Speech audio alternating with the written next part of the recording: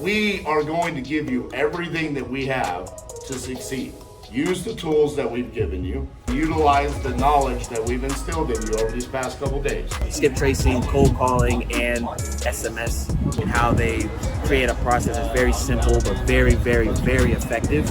I feel like it's going to transition our business from here all the way up. As an example, these two gentlemen are really doing something special with Batch Driven on an average getting how many deals a month? 5 deals a month from Batch Driven. That's our first year in business, and we just did 560,000 gross revenue. We're learning so much from RJ, Cassie, and Elijah. I'm an active duty military guy, so it's so cool to come here and just see the integrity and the purpose and things that RJ and these guys are driving into the students here. We don't want you to just go out there and be successful. We want you to do what you're gonna do the right way, the most applicable way, be that Army. That's what it means to be a Titan. You work with great people, they're gonna give you greatness in return, because now it's a friendship, and who do you always wanna work with? Your friends. As a full-time house flipper, I wanted to do something a lot more virtual. I got introduced to RJ through my friend here, John, and didn't even know what I was coming to see, but after leaving, we've learned a ton we're going to implement into our business, and I think it's going to change the way we do business moving forward.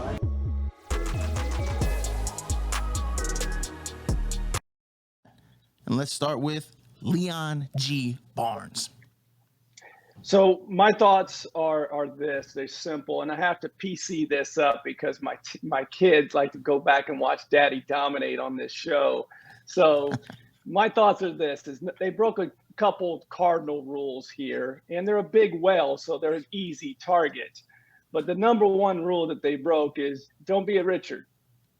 Just don't be a dick, right? That's first and foremost. Second is the cardinal rule of putting profits over people. It's pretty simple, guys.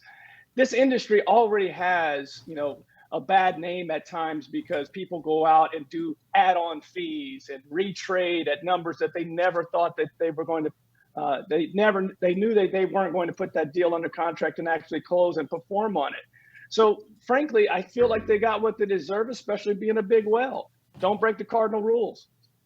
All righty. Let's go to RJ Bates. Your thoughts on this? So I think OpenDoor getting sued is a perfect example of how soft we are in America in 2022. I mean, this is unbelievable. First of all, $62 million, it's like a drop in a bucket to them, okay? With the tens of thousands of transactions they've done, and you're claiming it's because they misled the sellers? The sellers had a choice. They didn't have to sell their house to OpenDoor. They sold it for exactly the reasons why OpenDoor says sell to us. Simplicity, certainty, and speed. And that's what they offer. I've sold plenty of deals to OpenDoor. I don't feel like they owe me a dime. They gave me exactly what I wanted. And because they're saying that they claim that you get more money, I specifically had houses that were distressed that I sold to them that I did make more money because I sold to OpenDoor. All right. Let's go to Steve Trang. So for me, if you guys are not familiar with the word Schadenfreude, I'm totally enjoying that right now. That's basically enjoying other people's misery, right? Watching other people suffer and just basking in it. That's where I am today with OpenDoor. So their business model was to make people in real estate lose, right? They wanted to eliminate realtors. They thought realtors were not valuable. They wanted to eliminate the wholesalers because they think we're unethical. So that is their mission statement. That was their purpose. And they were willing to lose money as long as necessary to drive us all out of business. So for me, I am ecstatic that they're out of business. I think they're getting exactly what they deserve. And I said before, I think OpenDoor, OfferPad are going to be out of business as soon as the market changes. I think we're starting to see that's probably going to happen. And I was never worried about OpenDoor and OfferPad. I was always worried about who was going to come after them. All right, and let's go to the reigning champ, Chris Jefferson. Your thoughts? Yeah, so, OpenDoor, this whole situation, RJ knows this. Him and I are somebody there on the phones a lot talking with sellers. This has been something, right? The sellers have literally kind of thrown in your face over the past couple of years. Hey, I've got this offer for OpenDoor. It's way higher than your offer, yada, yada, yada, yada, yada. And I think the reality of it is now that this is going to be a great sales opportunity as you're talking to homeowners in the future, where you can educate them on this whole entire iBuyer process. You can educate them on exactly what is going on I think it's a great rapport building opportunity when having a conversation with the seller. I think it's a great educational moment to show sellers what is actually taking place in the market and show them why your company doing business with you is exactly where they should go and that they need to be doing business and signing their offer with you 110%. So I'm excited about it. I think it's good. I think it's going to be a great way to leverage for your business. All right, perfectly timed. 45 seconds. Gentlemen, the floor is open for 2 minutes. Any rebuttals or any disagreements? I think it's just something to throw out there, right? It's like, hey, at the seller's appointment, hey, no big deal, but I've never been sued for $62 million. So just take with that whatever you want to do with it. Am I the only one that this pisses off that this is happening? It seems like I think you're out there on your own on this one, RJ. And here's what I was trying to get to is, if you really look into this, a lot of this is the hidden fees, right? You're not only telling someone that you're going to buy the house at X dollar, but then you throw in hidden fees. I'm okay with retrading, but if you have fees that are on top of things that are not included or not explained, then a seller has a right to understand that contract and know. Who here has sold a house to OpenDoor? I've sold multiple. I've sold a couple, but I think, RJ, I get what you're kind of saying here. I think they're pretty clear about what they're going to pay. And they essentially almost retrade every single time. So the expectation is that they're going to retrade. From the perspective of our own industry, though, they've literally been intentional, like Steve said, about saying they want to drive us out of business. They want to drive realtors out of business. They spent astronomical amounts of money to try to take market share. So that's my only thought, man. I think it's good for us that this has happened, but I get RJ's point too, that they do pretty clear business. So RJ, I agree with you as a country. But you're a professional. All of us, we are getting a lot softer as a country. There's another class action suit where all the buyer agents that are getting paid 3%, like all these sellers are upset. Like, why did we have to pay 3% all these years? So there's a whole class action lawsuit saying like all the times we've been paying buyer agents 3%, and they're suing all the big brokerages, Remax, Keller Williams, and a whole bunch of others over this. The class action suit is like, dude, like this was clearly established way before you signed an agreement saying you're okay paying a commission. So yeah, I'm with you that everyone's a little softer. Here's my thing. Why are we upset that OpenDoor wanted to put us out of business? That's capitalism, baby. I want to put y'all out of business. I get it, right? But at the same time, you wanting to put me out of business, I still get to go drink and celebrate, right? We're getting bottle service. CJ and I, we're getting bottle service when RJ's out of business. No question. And I'm gonna get when the sign comes through the club, it's gonna say Viking out on the side of the club. I'm just saying, I never looked at OpenDoor as my enemy. I looked at them as an opportunity on how to use them. All right. You looked at them from that standpoint. Last thought here real quick is you looked at them from that standpoint, RJ and CJ. You guys are selling to them, but you are real estate professionals. They're protecting people here that are not in this industry, not doing this on a daily basis. All right, great points all around. We have some great comments in the chat as well. Cassie D. Haas said, it's because they promised sellers they would net more than on the open market, then hit them with a bunch of fees, which is a great point of view. Also, it looks like there's a consensus in the chat that dollar and a deal is no longer the T-shirt for part of the disruptions. It's going to go to Leon Barnes. Don't be a Richard. Hashtag don't be a Richard. Points for Leon Barnes, in my opinion, for that one. Closing on the voting has shown that Steve Trang won that one with 36% of the votes. On the board early, the champ is here. Let's go. Little fella with his little trophy. I like it. I'll celebrate it. I'll celebrate every championship. Take every W you can, Steve. All right, guys. Ready for question number 2. Should you scale a business during a recession? And let's go with the round 1 winner, Steve Trang, first up. I think that if you're prepared for this recession, like you've been planning for this recession and you got everything in place, then now it's time, you should go ahead and take advantage of it. But I think most people right now are seeing that they've been overspending, maybe not as careful with their marketing budget, maybe having people on board that maybe they shouldn't have had on board this whole time. So I say right now, for most people, now's the time to clean up, tighten everything up, make sure you got the right ROI, you got the right products you got the right people in place. Asking some of your people maybe to, step it up a little bit, let some people go. It's unfortunate, but I think right now is the time to make sure you survive and weather the storm so you can crush it when things change beginning of next year. Okay. All right. Chris Jefferson, your opinion. Yeah, listen, I love this question, man. It's time for killers to really step up, really step out, and really get active in this business, right? I've been sharpening my sword for 10 plus years. If you are new, old, it doesn't really matter. You need to be intentional about learning the things that you need to know right now. It's a perfect time to scale, perfect time to create massive, massive wealth. It's not any time to play scared. If you're scared to swing at the ball and you got a fast pitch fastball coming down the center, swing and hit a home run, man. That's what I'm out here doing. Look, don't even be my student if that's not what you're doing. Now's the time to really get wealthy. That's what we're doing, so we can send RJ bottles in the club so he has something to drink. Let's go. There we go. All right. RJ, your thoughts. I absolutely agree with CJ. I think this is the time to be scaling up. Listen, we've been on this run where the market's been going up for 10 plus years. So we knew this was coming. This is not a surprise. It's not a shock. Supposedly half the country voted in Sleepy Joe. So we also knew it was coming after we did that. So the handwriting's been on the wall. Okay. And so for us, we have been prepared for this moment. We made sure that we got rid of the assets that we no longer wanted to hold forever. And we are fully prepared to scale up during this recession. And yes, we are in a recession. You can't just change definitions because you feel like it. Okay. And RJ, do I have your verbal commitment that when you receive the bottles in the club from CJ, Big Weasel can participate in the activities? It's a hard pass. All right. Leon, your thoughts. Market share gained during a recession should never be lost. Let me say that again. The market share that you gain today, you should never lose. But to Steve's point earlier, if you've prepared for it, RJ just mentioned this, we have been the last 3 years, every investor I know, their last 3 years have been their best years consecutively.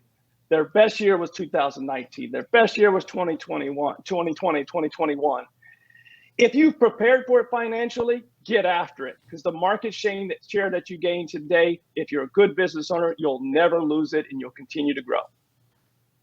Okay. Great points all around. Gentlemen, the floor is open. I got a quick thought, right? So I'm somebody who started in 2008, and I hear this argument like, if you prepared and this, that, and the third. I didn't come in necessarily fully prepared. I could have taken some very simple, basic concepts like seller financing at that point in time, substitution of collateral, and I could literally have created a massive, massive wealth opportunity for myself with little to no experience at the time. I don't think this is contingent of an opportunity on how good you are, what your skill set is. Will that benefit you? Yes. We're literally going into the lifetime opportunity. Take advantage of it. Do not play scared right now. This is not the time whatsoever. Okay. Any other points that anyone would like to make before we? I think one thing to add as far as preparation, I know that we all knew something was going to come. I don't think any of us expected it was going to be like this, right? Like watching the Fed jump the rate consecutively 75 bips, 2 meetings in a row, having the iBuyers that were depending on those interest rates for their yield, having that affect their purchasing price.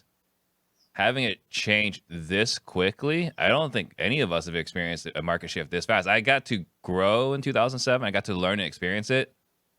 I don't know too many people that got to experience we hit a wall, right? We didn't maybe, slow down a little bit. We didn't go from 100 to 85. We went from 100 to 30 overnight. So CJ made some great points there in regards to being creative, doing it outside the box, the less traditional, right? That said, the question was about scaling during a recession. And scaling, if you're doing it while lean and growing from maybe you're doing 50 deals a year and you're trying to go to 100, you can still do that with the same type of team, same size. What I was talking about in regards to preparation is if you try to go from 30 transactions a year to 300, that may be hard for you financially if you haven't prepared with the same type of business that you're running today. Absolutely, there's other ways to take advantage of it, but true scale of business with leaders and and team and systems and process, it can be tough if you're not prepared for that. Steve, to your point about this being different than what anybody else has experienced, I've asked for several years when I go to masterminds and meetups and things like that, the people that went through 2008, I would ask them, what would you have changed? How was that experience? And everything that I heard from them was, I've never experienced anything like it before. That was a once in a lifetime recession and what happened. I think almost every time it's going to be different because there's a different cause of what's happening. I don't know if that plays too big of an impact on what CJ and I are saying, which is we've kind of known that this moment was coming. We didn't know exactly what was going to be the cause of it, but at least we're prepared for the moment to capitalize on the opportunities that are presenting themselves. Let me ask one last question, RJ. Would you agree that you could take somebody and within 30 days teach them a basic concept of seller financing, and they literally could go scale from 0 deals to 10 deals a year very easily? And over a 10-year period, now they've got a portfolio of 100 houses. They never had to use a bank to do this. They never had to do any of that. I could literally take somebody right now in 30 days and teach them the exact concept of seller financing, how to go implement it, how to have the conversation, and literally they're off to the races. So preparation, yes, but within context is all I'm saying. I think that's pretty market specific as well, though. I mean, I think it depends on the market you're in. That could be crazy. But you pick your market. Yeah. Well, Steve, you're in one of the epicenters that was hit the hardest in 2008. And what's to say it's not going to be hit the hardest in 2022? You know, I mean, we don't know. I don't know. Going back to that OpenDoor question earlier, they got 10% of the active listings right now. So we'll see. That's pretty. They won. That's pretty. They took the belt. They took the belt for W's for most won contracts. All right. So, great points all around. We got some good comments as well. Bam Bam 704 said, now's the time to truly understand your KPIs, adjust, and scale. It's a very good point. Know your numbers. That's another hashtag for you. Know your numbers. There we go. Kip Stevens said, the panel looks like a lineup for a diversified softball team. Softball? Before we close out the voting, I just would love your opinions on that one, guys. Softball, basketball. Oh, softball. Steve, one step back. They're looking at RJ with the beard and the hat. I think that's where they're going. There you softball go. Player. The diversified softball. He does look like he'd probably be really good at catching. He looks like he does, man. I think RJ. Hitter. He looks like from one of those movies, those baseball movies. The catcher had that beard, man. It does look like that for sure. Yeah. I did play catcher in high school. See, yeah. I mean, I think he would have killed on the U.S. women's softball team. He's got to grow the hair back for that. He's got to grow it back out for that. I'm proud of this question, Weasel. I finished in last place. Can we move on? Well, I'd like to point out that as soon as you did somebody called RJ Trump. I love this, man. I love it. Yeah, there's a couple comments in there chirping RJ for sure. I'd just like to point out, RJ, that as soon as you said I can't enjoy the bottles in the club with you, you came in last place. So. It looks like Chris Jefferson pulled out the W for round 2. So we're 1-1 with Steve Trang and CJ. And we're going into question 3. Guys, you ready? Which sports franchise would you like to mirror as a business? CJ, let's start with you. Man, look, I'm going to say the Warriors, all right? If I had to pick a team to be for my business, it'd be the Warriors. But the reason is quite simple, right? One, the obvious is I'm going to retain and keep top talent. But more importantly, the culture that I'm going to create, the money that I'm willing to spend to build that culture, I live by that. I live by that. I show that every single day in my life. Charged up. Shout out to the U family.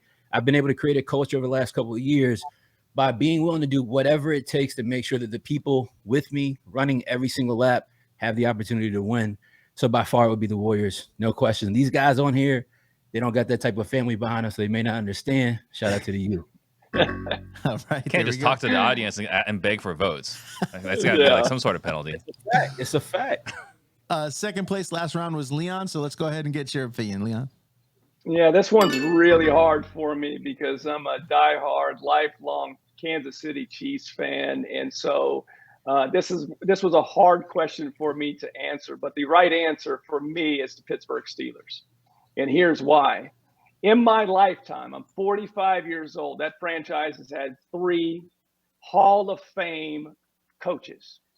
They have Hall of Fame ownership, Hall of Fame coaches, And last I checked, Mike Tomlin's their current head coach has never had a losing season. They are winners across the board. It comes from the top down. The culture is there. They win championships, and they're always, always competitive and consistent. So for me, the franchise I would want to model off of is the Pittsburgh Steelers. Okay, let's go to RJ. So I'm going to go with the New England Patriots. They're my favorite team on planet And Earth. that's your time. You're out. I'm sorry. Your clock can restart. Go ahead. So New England Patriots, so much so we even adopted one of their core values, which is do your job. But also going back to their owner, Robert Kraft, I consider myself very similar to him in the fact of if you go read the book, The Dynasty, about Robert Kraft buying the New England Patriots, he went into a bank in Boston with nothing to his name and convinced them to give him money to buy the New England Patriots and create the dynasty. I think the ability to recruit top coaching, top talent, and keep them around, regardless of what's happened over the past 20 years, they've been successful. And I love the fact that they live in the gray area. I mean, look, you look at great organizations like the Patriots and All In, they're willing to do whatever it takes to get that belt. And I want to mirror that just like those organizations. Okay. All right. Last but not least, we're going over to Shout out Steve. to Carlos, man. Shout out to Carlos. CJ got it. Oh man. So I think RJ has the right answer, but his explanation was terrible. So I think really what we're looking at is the New England Patriots. And the reason why is the plug and play component, right? They've got structure, they got the culture, they got the right leadership. Doesn't matter if you've got a checkered past like Randy Moss or whatever, they can put you in, plug into a system, and get you performing at a high level. So I think their ability to bring in players that were facing troubled leadership and still excelling in their roles, and being able to get these guys their second, fourth round picks and becoming Pro Bowlers on a regular, consistent basis. Everyone that comes in just wins, and consistently they're one of the top performing teams, and they don't have to go and get the best players. They can get anybody and plug them in. I mean, the fact that they took Troy Brown and turned him from receiver to corner, I mean, that just talks about how the quality of the coaching within that organization. I got Shout out to Steve for dropping the Troy Brown line. I think he should win for that.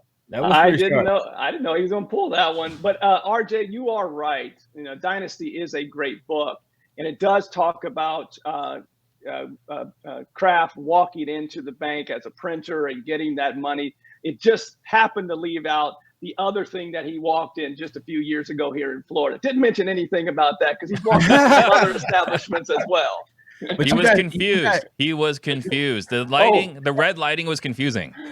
The red light district. No, it's look, I hear you guys, but I hear you guys talking a lot from the top down, right? I hear you guys focusing a lot of your conversation here on management, on ownership, on coaching, and all that's great. But if you're being blatantly honest, I don't know that New England's been able to necessarily retain top talent. I think they've been able to grow top talent. They couldn't retain Tom Brady.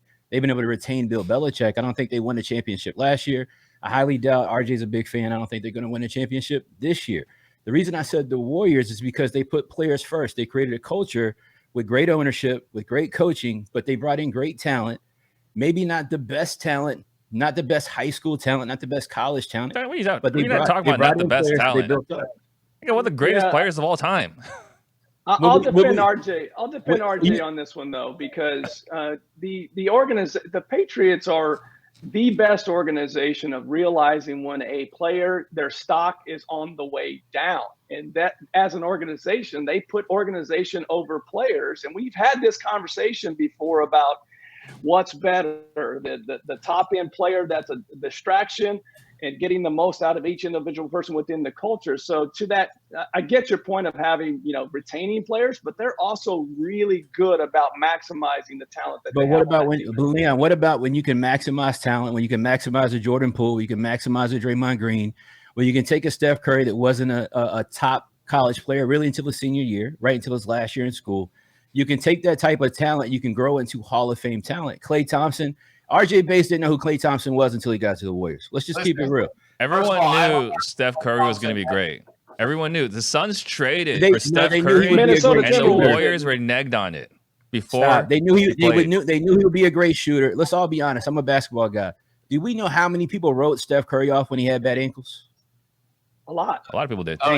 Hold on 1 second here, CJ, because I got to defend myself. I'm a sports guy, okay? Please. I hung out with Klay Thompson at a Washington State-Stanford game, okay? So don't even go there, all right? You didn't even know that Klay Thompson went to Washington State. And then when you're talking about Julian Edelman, Wes Welker, these were not star players until they came to the Patriots. So you're talking about a Jordan Poole. Come on. No one knows. You're telling me Jordan Poole's not a star right now? No. Oh, Listen, come on. That championship was won because of Steph. Okay, listen. You never even brought up Steve Kerr. What about his leadership? I mentioned coaching. I think the Warriors have an organization where they develop from the ownership down to player. Great culture, great team effort. Everybody's dialed into the system. If you're not like KD, what did Draymond tell KD? RJ, get out of here. We don't need you. Right? We don't need you. Right? We can bring other players in. We can get Andre Iguodala back. We can go win another championship. That's what they did. Draymond says a lot, though. Okay, you can't give him credit when he's right. All right. Voting is getting ready to close right now. I gotta say, I've never questioned your guys' qualifications to be on this program before, but the fact that nobody said the Yankees, I guess we're not winners in this program. What, dude? Points for me on this one. I get the question. All right, guys. It looks like Chris Jefferson took that one also with 40% of the votes. So shout out to Chris Jefferson on that. So what we have to do to qualify to win the round, we just got to give a shout out to the U. This is what it appears to be the strategy here. Hey, listen, man. Listen. You know how waves work? You know how waves work, right? You guys got nice water over there. Listen. This is how a wave works. You either get pushed over by the wave or you got to ride it, man. You got to make a choice. All right, guys. Question number 4 is, are great entrepreneurs naturally gifted, or can you learn to be one? And let's go back with last round's champ, Chris Jefferson. Yeah, look, I think it could be learned to be a great entrepreneur. To be a great entrepreneur, to be a good businessman, a great businessman, woman, it takes skill. It takes time to develop that. I think a lot of people get into business, entrepreneurship, and they have a great concept. They got a great product, a great idea, and they think just because of that, all of a sudden it's just going to take off. You're going to make a bunch of money and everything's just going to be beautiful. That's just not how entrepreneurship truly works. It's a lot of valleys in this. There's a lot of bad days. There's a lot of days you wake up and it's not how you wanted it to be. That can be learned over time. You have to constantly be developing your skill, seeing the things that you're weak at, what you can get better at. And eventually over time, you become a legendary entrepreneur and you can make massive, massive money as a result. So I think it's something that could easily be learned if you're willing to be dedicated to the craft of learning how to be a good entrepreneur. All right. Leon G. Barnes, your thoughts? Yeah, like anything, you often hear our leaders born, our entrepreneurs born. There are traits that everyone has that are gifts, and you can use those gifts as you see fit. But I think in this particular case, this is something that can definitely be learned. There are some natural traits here. I talk to entrepreneurs on a daily basis. Those entrepreneurs often started out flipping couches, I heard during the pandemic, people were flipping weights and workout equipment because it wasn't available. There's always that trait of someone starting when they were 5 or 6 years old and selling things from the beginning of their life. But anything can be taught. I'm under that belief. And so from an entrepreneur standpoint, definitely believe it can be taught. All right, Steve, your thoughts? I think that there are a lot of people that are successful, that they have to have some ingrained traits that they're born with. I think that they do have to have some driver personality. I think that they have to, have a strong ego, self identity. But I think with that being said, you need to have a good layer. But after that good layer, 95%, 98% of your success is going to be mental and self-development, surrounding yourself with the right people. So I think if you got the wrong raw materials, you're going to have some problems. If you got the right raw materials, then you can become something great through building upon yourself. So there's a lot more nurture than nature, but without the nature, it doesn't matter how much you nurture, I don't believe. Okay. And RJ, take us home. So I'm going to go out on a limb here. I'm going to be the one person that disagrees with everybody. I'm going to say that to be a great entrepreneur, that you have to be born with a certain skill set. I don't think that, I mean, the question is to be great. And I don't know that you could take someone that is not born with the right mindset, the ability to handle the ups and downs and the pressures of being an entrepreneur. I don't know if that's something that you can just go out and someone can teach that to you. I think you have to be born with that inside of you, and it's kind of a part of your makeup. Can you be taught how to be an entrepreneur? Sure, but I don't know about greatness. That's like saying you could just teach someone how to throw a football as great as Tom Brady. That was kind of naturally gifted to him, and I think that's kind of, we're underestimating what we mean by a great entrepreneur. I think there's very few and far between the amount of entrepreneurs there are that are great. Okay. Well, I think to your point, right? That's kind of what I was saying earlier. Like, you have to have some ingrained traits. You have to have some of it, but that's just a fraction of it. But like, you know, someone that's really detail oriented, you know, like an accountant or a scientist, I don't know if they can ever learn to become an entrepreneur. But someone that has a drive, that's not enough. There's so much more that has to be added on top of that. So you're both right. The personality profile Thank for you. an entrepreneur is typically different than the person that's okay with working for someone else and going in 8 to 5. It is definitely a different profile. That said, Larry Yatch has talked about this on your show and at our mastermind several times. The education system in the United States was set up to create a bunch of factory workers. All of us public school kids went through an education system to set up factory workers. So for me, having to go to college and find a good job like I was taught by my grandparents, right? I didn't know that I had those skills within me until someone showed me the way as to be an entrepreneur. So yes, do I have some natural traits that lean towards that? Absolutely. But I do think there are people out there right now that are listening to this and say, I never really thought of myself as an entrepreneur. I don't know if I could be. Absolutely, you can be, and it can be taught. Maybe you're not great, but you can be. Great. That's what. Yes, absolutely. But I think great is all just self-definition at the end of the day. If you believe and feel that you're great, I think you are great. I don't think any one man or woman can decide who is or isn't great. But look, at the end of the day, it's all about ego and pride being left at the door in entrepreneurship and accepting the things that you aren't really great at and the things that you can get better at.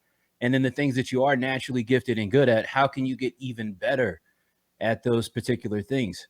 Build a team around the things that you're not very great at. Develop that skill set so you can manage that team. And the things that you're really good at, drive those things inside of your business. But I think you can be a great entrepreneur. You don't have to develop Facebook or, you know, something like that to be considered great. I think anybody can be great in their own right. You know, I just think you can develop these skills over time. I've been doing it for 12 years, right? So I didn't start out knowing how to talk to a seller on the phone or doing this and doing that.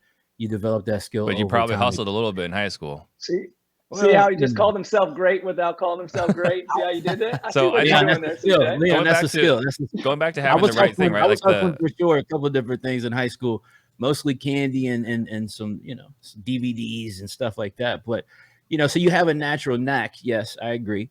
But to hone in on that skill set, how you truly sell, how do you understand that sales is really psychology? That's the skill set you got to develop over time, in my opinion. So charisma and leadership and all of these different things that it takes, and honestly, just the ability to handle the pressures of being an entrepreneur, you think all of that can be taught? RJ, I just got to say, man, thank you. I'm flattered that you feel, you know, those things about me. Say that again, RJ? You know, say RJ, repeat what you said. Thank you so much for that, man. I appreciate it. What I said was CJ just had the softest moment on Pardon the Disruption. Well, I was thinking he was probably one of those people suing OpenDoor. Anyone, you just define what greatness is and you're great. I think that's fair, man. I think that's fair. I think that the only exception, if you don't have, we're talking about the natural ingrained traits. If you don't have that, I think the only other way is you have to have like severe trauma, right? To really kind of like shift you. To motivate you to be an entrepreneur. Because if you don't have some of those ingrained traits, the ones where you got in trouble in school or you're selling things maybe you shouldn't have been selling, right? If you didn't have those things, then you're going to have an experience that's going to force you to become an entrepreneur. Otherwise, I think you're going to be a 9-to-5 worker. To RJ's question, right? Does charisma naturally help? For sure. I agree with that 110%.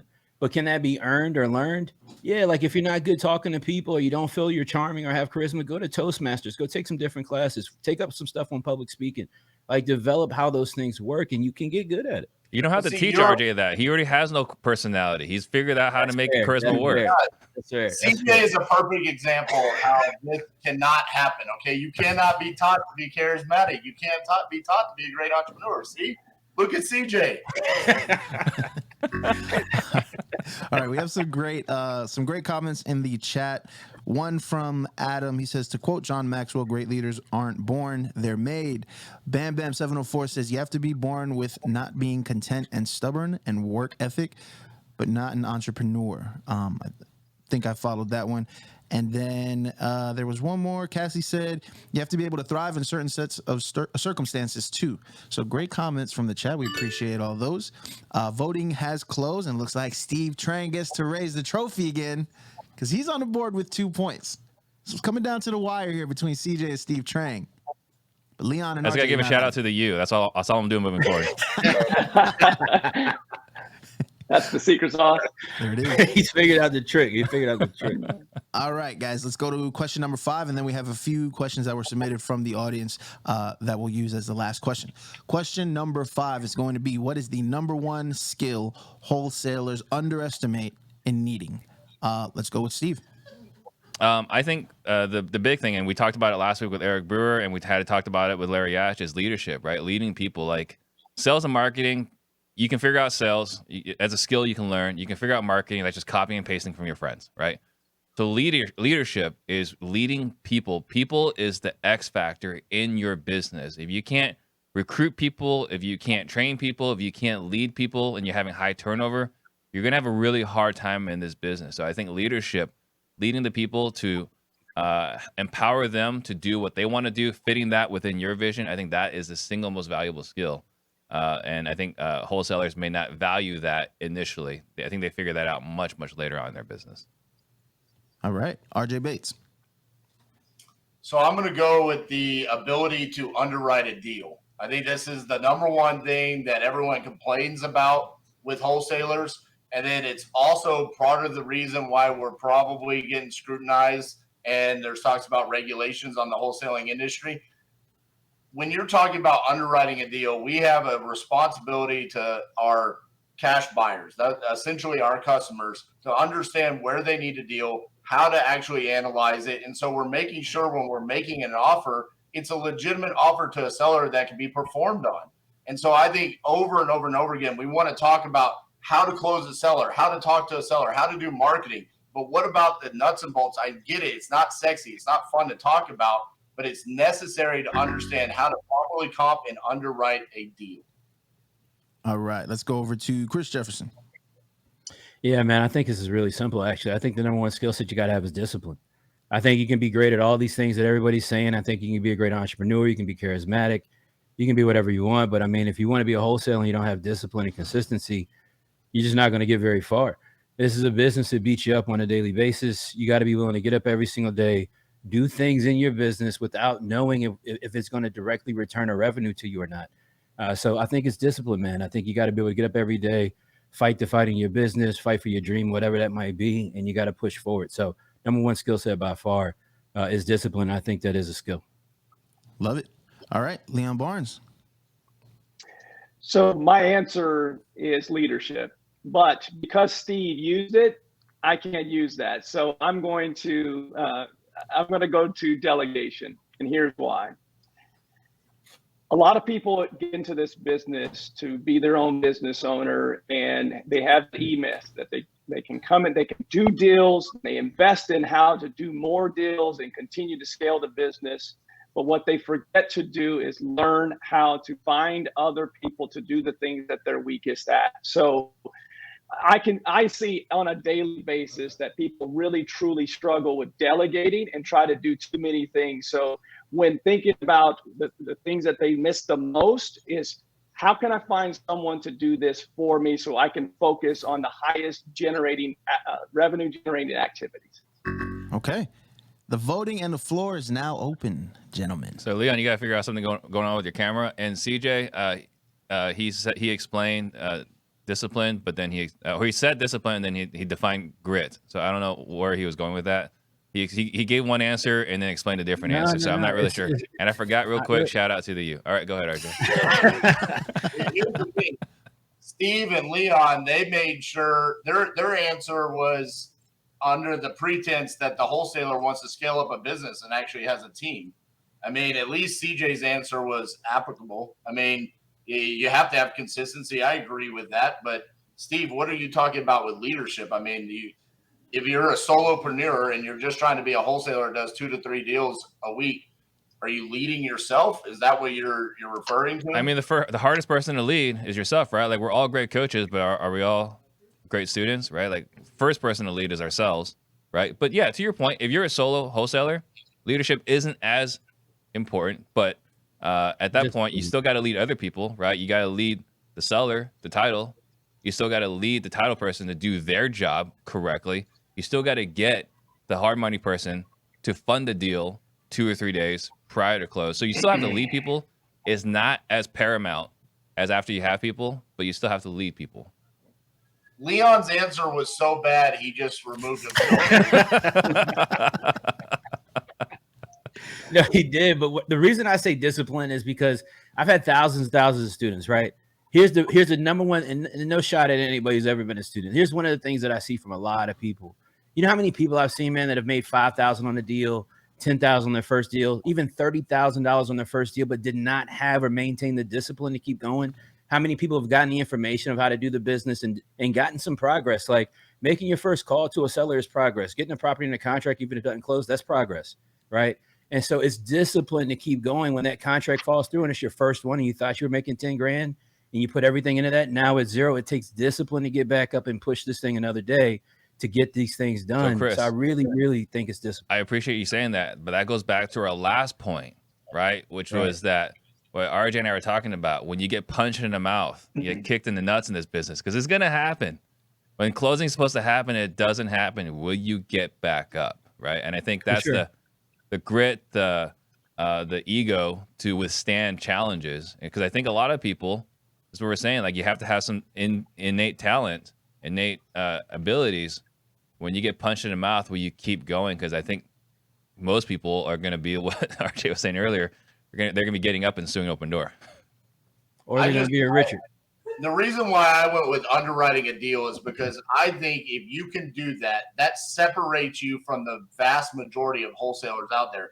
And I get leadership and discipline and all these things. Those are good skill sets that every entrepreneur needs. This is specifically about the wholesaling industry. And I think that if you ask the vast majority of cash buyers, hey, what do you wish a skill set all of your wholesalers that you need to bring you deals had? They would say, I really wish they could underwrite a deal like I do. That's not, hey, I really wish they had the discipline to go out. I think I just had a different idea of what it was because it was specifically about wholesalers specifically. So the number one thing I learned that I underestimated is the power of the U to take out your camera. If you have too good of an answer, that might be Chris. That's what I've learned during this.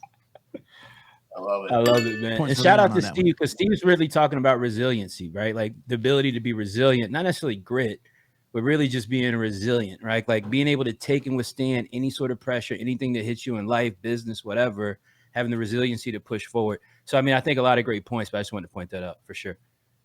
All right. Someone vote me real quick so I don't tie CJ. Give me a W. He's begging now. All right. We had some great comments again. The VAs came through. Baby.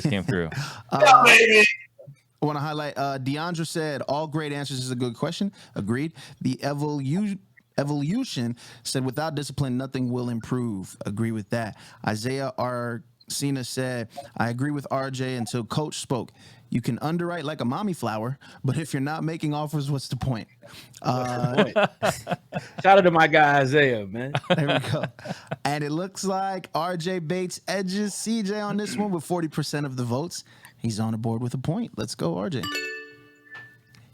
All right, guys. So we're up to the question that we received. So we actually received a bunch of questions. So shout out to the chat. Thank you for everybody for submitting some great questions.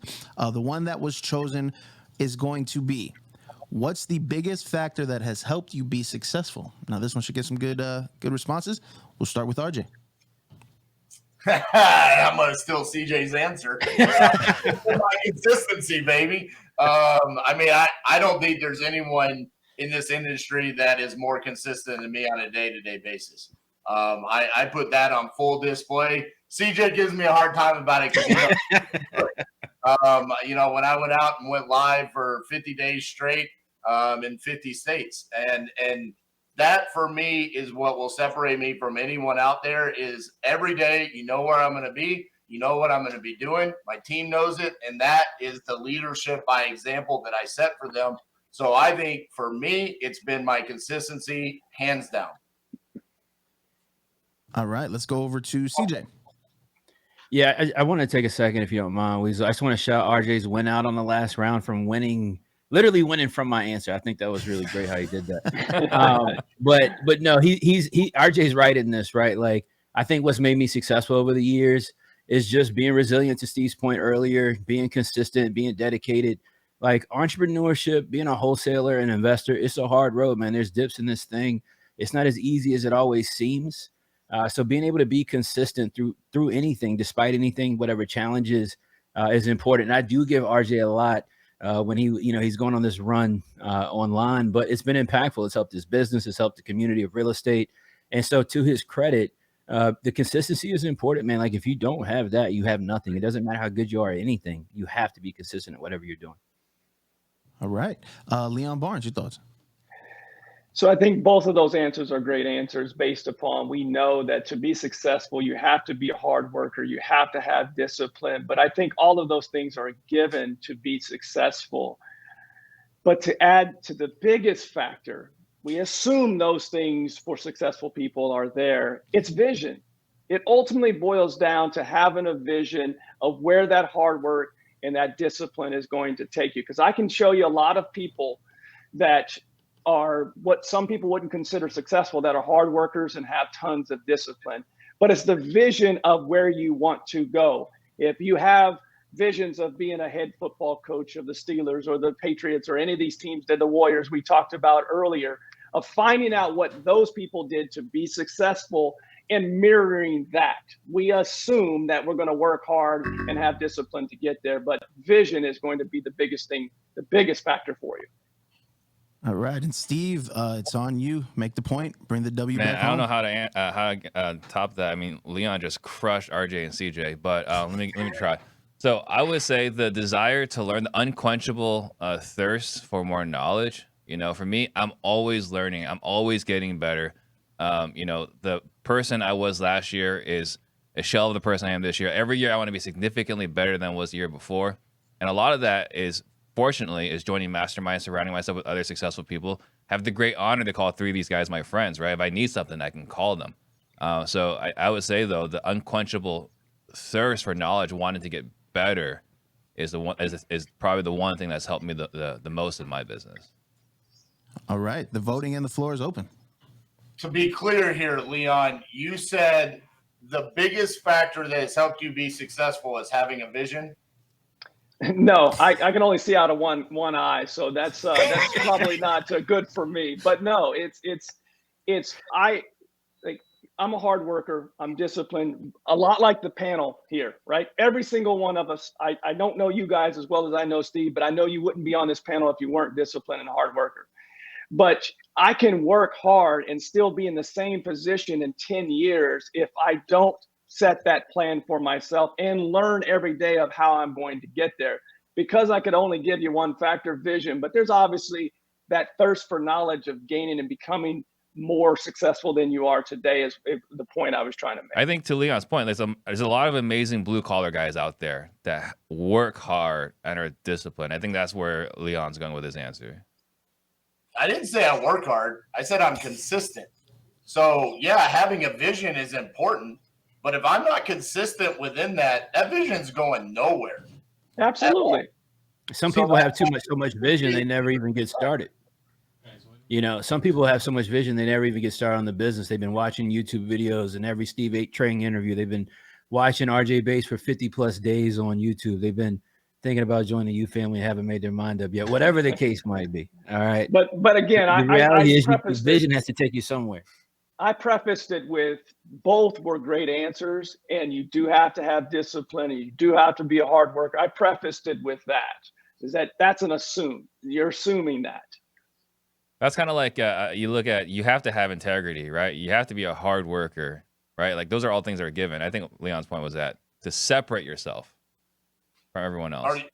Are you a part of Leon's team? No, I'm just saying. I was really impressed at how much better his answer was than your two's, both of yours. I've never seen one person be so much better than the other two. So I was kind of speechless. Let him throw the bone here. RJ, let him throw the dog a bone. I'll take it. Listen, and I want him to get a point. I want him to get a point for my mission statement, man. I got to get my mission statement up here, man. Is it for real? I didn't know the key to winning a question was having it behind us on the wall. Good job. Yeah, I see what's going on. I see what's going on. All right, you guys got to update your walls. All right, so the voting is getting ready to close, but it looks like there's a pretty convincing margin for Leon G. Barnes. So he is on the board. That means everybody scored a point this week. It also is an awkward situation because now we have a tie. So on the fly, this is what we're doing. CJ and Steve Trang, we're going to duke it out. This is a 1v1 right now. Uh-oh. One question. You guys both get a turn. That question is, if you could start all over again, what would you do differently? Steve, you're up first. If I could start all over again, I would say the first thing I would do is hire a coach. Someone that's done exactly what I want to accomplish. Not someone that's advertising on YouTube, not someone that's famous on social media, but someone that's done exactly what I want to do and is living the life I want to live. Seek them out. Maybe I work for them. Maybe I hire them, put on a credit card. I don't know, but I would find who I want to be and do everything I can to be in close proximity to that person. All right. And CJ? Yeah, I agree somewhat with what Steve said, really. I started out by finding somebody that, was local to my area and nobody really knew. I was my first private lender, somebody that I could attach on to, learn from, figure some things out with. So I think coaching is extremely important. I think coaching is extremely critical. But most importantly, just myself personally looking back, I'd be more intentional about creating foundational revenue in my life and in my business with buy and hold real estate, with, creative seller finance opportunities. I think that's one mistake that I made early on and waited too long to do, was creating foundational revenue that you can take and use in your life and in your business, because a lot of us get started with no money, right? A lot of us aren't engineers like Steve and have come from good background with a good job and different things like that. And so what has to happen is you have to create rev that you can live from, but that you can also grow and scale a business from. And I think buy and hold and consistent revenue is a great way to do that. So if I had to start back over, I'd be very intentional about doing that from the beginning. All right. Some shots thrown in the 1v1. I like that. The voting is open for all of the viewers. We got to pick a champion. The voting is open for the viewers, so please hard work and discipline. What was it? Consistency. That's what it took to get that college degree. So thank you. Go ahead, Steve. That's why I dropped out, man. That's why I dropped out. I like how he painted you as a silver spoon kid. I love that. I actually wrote not silver spoon kid. I mean, go ahead, Steve. I was gonna say, I haven't announced this yet publicly, but I had a biography written about my parents, and so we're gonna talk about that at some point. I'm gonna be promoting it, but you'll see, not a silver spoon, right? Yeah, not silver spoon. I probably had more of a silver spoon than all of you, to be honest. What I mean more so is from a collegiate educational level. Steve's highly educated, extremely smart, brilliant guy, and so he had an opportunity when he came into the business where he had money from a nice, probably W-2, right? Nice paycheck that he could take and start building his business off of. Most people getting into real estate do not have that. I didn't have that. I made $15 an hour when I started in real estate. And so what I simply mean is that resiliency, those different things, the charm, and that, that has to get put together somewhere. But to start growing a business, you need rev. So if you don't have money coming from a nice W-2, I could have built that starting out by buying some rental property, doing some creative finance, and getting my way into some different things to get some monthly cash flow, and then start to scale from there, is all I'm saying. So just to clarify the record, I put everything on my credit card when I started. It wasn't necessarily the smartest thing to do, but that's what I did. Go ahead, RJ. Steve, I know you're not just starting out, but if you want to hire me to teach you how to be a good podcast host, I saw you only have like 6 reviews. That's not even a fact. All right, guys. I think that's going to conclude the tiebreaker. We're going to calculate the votes really quickly. Great episode, great insight as always. Every week, it's a big blessing to be able to get some free game from you guys. So kudos to you. Great answers. I do want to apologize to the viewers on behalf of RJ Bates' performance this week. I don't know what's going on. He's insulting Steve. He's hating on Leon's mission statement. He's plagiarizing CJ, and he won't share his alcohol with me. He got for Get free. him, Weasel. So Get it's him, Weasel. It's all over the place with him this week. With that being said, Steve Trang, 64% of the votes. He is our winner this week. what? Hold that little trophy up, my man. You won. Little guy. Well done. No shame, Well no shame. done. Great job again. Gentlemen, we'll go ahead left to right on the screen for everyone. Go ahead and say your goodbyes. Tell everyone where they can follow you. Let's start with the champ, Steve. Yeah, Steve Trang, obviously this YouTube channel, Spotify, iTunes, is just Real Estate Disruptors. At steve.trang on Instagram. That's the best way to connect with me and my organization. Awesome. All right. Leon. So Leon G. Barnes, Director of Membership for the Collective Genius. You can find more about us at learnmoreaboutcg.com. Guys, I thoroughly enjoyed today. Sorry for the camera thing, but again, I know now not to speak negative of the U, because then it sends surges through my computer and I can't even respond. Great job today, this week, guys. All right. RJ Bates. I am so excited for Steve. He finally won after episode 6. He finally won on his own YouTube channel. So congratulations. It's number 2. It's the second time. Go back, watch the I tape. wanted to do the first time you won, okay? Don't Kyler Murray this. Go back and watch the tape. Kyler Murray.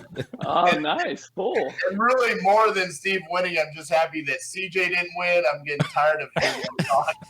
So, but RJ Bates III, you can follow me on TikTok, Instagram, and check out titaniumcrucible.com. There it is. And CJ, bring us home. Chris Jefferson III. All right. You can find me on Instagram at the Chris Jefferson. Startflippingdeals.com. Shout out to the U family once again. If you're interested in getting into real estate, talk to one of my students. They can tell you all about the program and they can help you out with any questions as well. Always a pleasure, man, doing this each and every week. I love this concept because it's no one opinion is right. There's, having a different winner every week, having different opinions. I think that's a really great thing, man, because we're educating the community and showing people why this is special. Go share this link, go share this episode and tell people about what we're doing. Tap in next week, man. See you guys then. Absolutely. And to his point, make sure you subscribe to the channel, like the video. Thank you guys for all your comments. We're here each and every Thursday, 11:30 a.m.-ish. That's when we go live. Tell a friend to tell a friend. Next week, let's set some records on the votes. Let's see if we can get RJ a couple more rounds next week. You guys have a great rest of your weekend. We'll see you next week.